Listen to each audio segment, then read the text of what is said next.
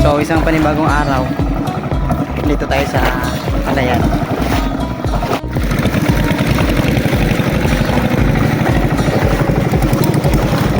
Hello guys, dito naman kami sa aming work. Bado-bado. Magsulit kami sa buong. Magsulit kami sa aming Yung yung tulay na nawit natin. So ngayon ay tapos na dito direct. Tapos ngayon ay magsulit kami. Tatlong baon natin, no? Mag-operation ngayon. Saka ganyan din naman, no? Parang easy lang dalahin, di ba? Kung titingnan. Pero mahirap to. At hihingalin ka dito. Yan, kung mababaw tingnan.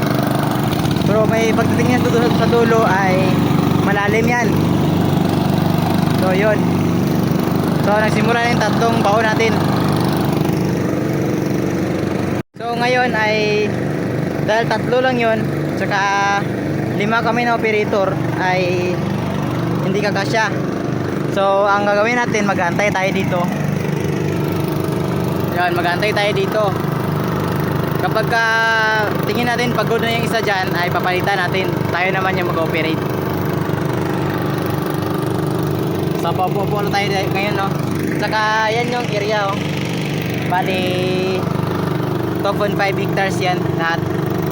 Medyo malawak din. Tsaka parang sulutin kasi yung damo, makikita nyo pa yan, oh. Yung mga green na yan, yan yung mga damo kung saan yan yung kailangan nating mapatay, kasi kapag di namatayan ay yung palay nyo mapektuhan, baka mauwi pa sa failure. So yun lang guys, no? Then sa mga hindi pa nakapalo ay mag-follow na po kayo.